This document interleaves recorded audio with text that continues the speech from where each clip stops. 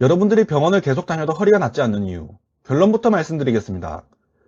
대부분은 치료는 계속 받고 있지만 허리가 회복되는 과정은 만들지 못하고 있기 때문입니다. 약을 먹고 주사를 맞고 물리치료와 도수치료를 받으면 통증이 일시적으로 줄어들 수는 있습니다. 하지만 통증이 줄어드는 것과 허리가 다시 건강해진 것은 같은 말이 아닙니다. 치료를 받고 나서도 움직임은 줄어들고 허리를 계속 두려워하고 이전과 똑같은 생활로 돌아간다면 통증은 다시 반복될 수 있습니다. 반대로 MRI에 디스크나 협착이 남아있어도 다시 잘 걷고 일하고 운동하며 살아가는 사람도 있습니다. 그렇다면 병원 치료는 소용이 없는 걸까요? 그거는 아닙니다. 문제는 병원 치료가 해야 할 역할과 내가 해야 할 역할을 잘 구분하지 못한다는 것입니다. 오늘은 왜 병원을 계속 다녀도 허리가 낫지 않는지, 그리고 무엇을 바꿔야 하는지 알려드리겠습니다. 우선 우리는 통증이 줄어든 것을 허리가 치료되고 있다고 생각하기 때문입니다. 허리가 아파서 병원에 가면 보통 약을 처방받거나 물리치료를 받습니다. 통증이 심하거나 다리까지 저리면 신경주사를 맞기도 합니다. 그렇게 치료를 받고 통증이 줄어들면 이렇게 생각합니다. 아, 이제 좀 다 나아가는구나. 근데 며칠 또는 몇 주가 지나면 다시 아픕니다. 그럼 이번에 이렇게 생각합니다. 치료가 잘못됐나? 하지만 치료가 실패한 것이 아니라 치료의 목표를 잘못 이해했을 가능성이 높습니다. 약과 주사, 물리치료는 심한 통증을 줄여주고 다시 움직일 수 있도록 도와주는 진통치료입니다. 하지만 이렇게 통증을 줄인다고 해서 떨어진 체력과 활동량, 그리고 뻣뻣하게 굳어진 우리 허리, 그리고 허리에 대한 두려움까지 한 번에 회복되는 것은 아닙니다. 예를 들어 발목을 뼈었을 때 진통제를 먹으면 통증은 줄어듭니다. 그렇다고 발목의 기능과 근력이 즉시 이전 상태로 돌아오는 것은 아닙니다. 허리도 마찬가지입니다. 통증 감소는 회복의 끝이 아니라 회복을 시작할 수 있는 단계에 가깝습니다. 세계보건기구와 여러 진료 지침에서도 만성요통은 한 가지 치료만 반복하기보다 교육, 운동관리, 자기관리 등을 환자의 상태에 맞게 함께 적용하도록 권고합니다. 그 다음, 우리는 허리의 구조만 고치면 된다고 생각하기 때문입니다. 허리가 아프면 우리는 보통 허리 안에 뭔가 망가졌다고 생각을 합니다. 디스크가 튀어나왔거나 척추관이 좁아졌거나 뼈가 닳았기 때문에 아프다고 생각하는 것이죠. 물론 이런 구조적 변화가 실제로 통증과 신경 증상을 일으키는 경우도 많습니다. 하지만 허리 통증은 구조 하나만으로 결정되지 않습니다. 같은 MRI 소견을 가지고도 어떤 사람은 심하게 아프고 어떤 사람은 별다른 불편 없이 지냅니다. 통증에는 구조뿐만 아니라 수면, 스트레스, 체력, 활동량, 우울, 불안, 통증에 대한 두려움, 업무 환경 등 여러 요인이 함께 영향을 줍니다. 특히 통증이 오래 지속될수록 단순히 손상된 부위를 찾아 고치는 방식으로만 설명되지 않는 경우가 많습니다. 세계보건기구 역시 만성 1차성 요통은 신체적 요인뿐만 아니라 사회심리적 요인을 포함해서 통합적으로 평가하고 관리해야 한다고 설명합니다. 그런데 MRI에 보이는 한 부위만 계속 치료하면 어떻게 될까요? 주사를 맞고 시술을 받고 마사지를 받아도 통증에 영향을 주는 나머지 요인은 그대로 남아있을 수 있습니다. 그래서 검사에서 문제가 조금 좋아졌는데 환자는 여전히 아플 수도 있고, 반대로 MRI는 그대로인데 일상생활 하는 데는 크게 좋아질 수도 있습니다. 허리가 낫는다는 것은 MRI상 그림을 정상으로 만드는 것이 아니라 여러분이 다시 원하는 생활을 할 수 있게 하는 것입니다. 그리고 우리가 또 허리가 잘 낫지 않는 세 번째 이유, 치료하는 동안 오히려 움직임이 줄어들기 때문입니다. 허리가 아프면 움직이는 것이 무섭습니다. 숙이면 디스크가 더 터질 것 같고, 걸으면 협착증이 더 심해질 것 같고, 운동하면 허리가 망가질 것 같습니다. 그래서 최대한 눕고 일을 줄이고 허리를 거의 움직이지 않습니다. 통증이 매우 심한 초기에는 짧은 휴식이 필요할 수 있습니다. 하지만 오랜 기간 움직임을 피하면 허리를 보호하는 것이 아니라 오히려 회복을 방해할 수 있습니다. 걷는 시간이 줄어들고 허리와 다리를 쓰지 않으면 근력과 지구력이 떨어집니다. 조금만 움직여도 쉽게 피로해지고 평소에는 문제가 되지 않던 활동에도 통증이 나타날 수 있습니다. 그러면 이렇게 생각합니다. 역시 내 허리는 움직이면 안 되는구나. 다시 움직임을 줄입니다. 그리고 체력은 더 떨어집니다. 통증 때문에 움직이지 않고 움직이지 않아 더 약해지고 더 약해져서 다시 통증이 생기는 악순환이 만들어지는 것입니다. 그래서 요통진료 지침은 무조건 쉬는 것보다 가능한 범위 내에서 일상생활과 신체 활동을 유지하고 상태에 맞는 운동을 시행하도록 권고합니다. 여기서 중요한 것은 아픈데 무조건 참으면서 운동하라는 것이 아닙니다. 현재 상태에서 감당할 수 있는 양부터 시작해 조금씩 늘려야 한다는 뜻입니다. 어떤 사람은 30분 걷기부터 시작할 수 있지만 어떤 사람은 집 앞을 5분 걷는 것부터 시작해야 할 수도 있습니다.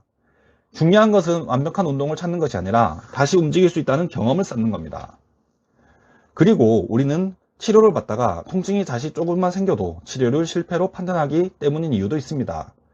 허리의 회복은 직선으로 이루어지지 않습니다. 어제보다 오늘이 좋아지고 오늘보다 내일이 더 좋아지는 식으로 진행되지 않습니다. 며칠 괜찮다가 오래 앉아있으면 다시 아플 수 있습니다. 운동을 시작한 뒤 평소 사용하지 않던 근육이 뻐근할 수도 있습니다. 잠을 제대로 못 잤거나 스트레스를 많이 받은 날 통증이 심해질 수도 있습니다. 그런데 통증이 다시 생기면 많은 사람들이 이렇게 생각합니다. 도로 원점으로 돌아갔다. 운동이 내 허리를 망쳤다. 이 치료는 효과가 없는 치료다. 그러고는 하던 운동과 활동을 모두 중단하고 새로운 병원을 찾습니다.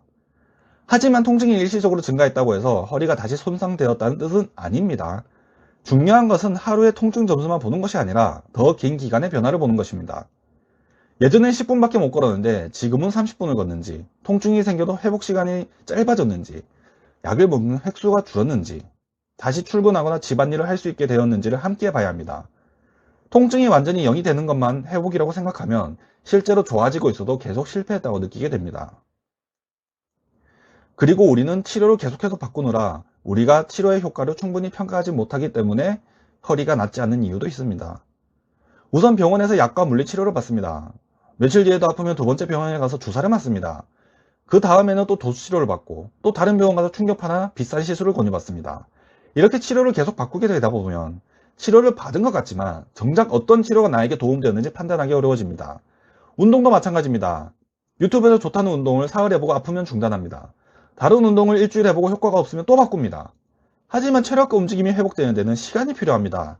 치료를 무조건 오래 받아라는 뜻은 아닙니다.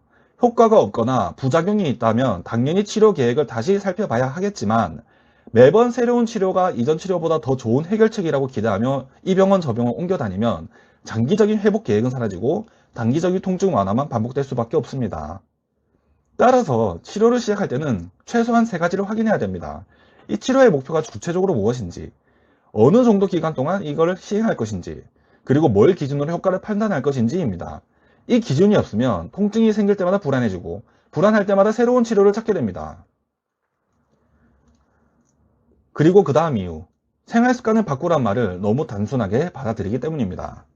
자세를 바꾸세요, 살을 빼세요, 운동하세요. 허리가 아픈 사람이란 수도 없이 들어본 말입니다.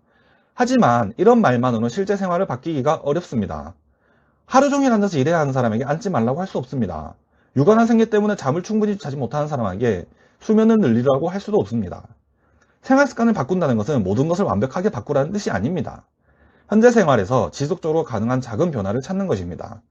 2, 3분마다 자리에서 일어나거나 엘리베이터 대신 계단을 한 층만 걸어 올라가 보거나 점심시간에 10분만 걸어보거나 또 통증이 덜한 날에는 운동만 하는 것이 아니라 운동량을 조절해서 꾸준히 운동을 이어가는 방법입니다. 허리 통증은 한 번의 치료로 해결되는 사건이라기보다 장기간의 관리가 필요한 경우가 많습니다. 하지만 가장 강한 치료는 내가 꾸준히 계속할 수 있는 회복 방법이 훨씬 더 중요합니다. 그럼 병원에 갈 필요가 없나? 그건 아닙니다. 이 영상을 병원 치료가 필요 없다는 의미로 받아들이면 안 됩니다. 병원에서는 위험한 질환이 숨어있지 않은지 확인하고 정확한 신경학적 상태를 평가하며 심한 통증을 조절해 다시 움직일 수 있도록 도와줍니다. 특히 다리의 힘이 갑자기 빠지거나 대소변의 조절에 문제가 생기거나 회음부 주변 감각이 둔해지거나 어떤 큰 사고 이후 통증이 발생했거나 갑자기 발열과 원인 모를 체중 감소가 생겼거나 암이나 감염 위험이 있는 사람에게 새롭고 심한 통증이 생겼다면 신속한 진료가 필요합니다. 또한 보존적 치료를 충분히 했는데도 심한 신경 증상과 기능 저하가 지속된다면 시술이나 수술이 필요한 경우도 있습니다. 중요한 것은 병원 치료를 거부하는 게 아닙니다. 병원에서 받을 치료와 내가 일상에서 해야 할 회복을 연결시키는 것입니다. 그래서 병원을 계속 다녀도 허리가 낫지 않는 이유는 병원이 아무것도 못해서가 아닙니다. 치료를 받는 것만 회복이 완성된다고 생각하기 때문입니다. 약과 주사로 통증을 줄이고 필요하다면 시술이나 수술로 문제를 해결하는 것도 중요합니다.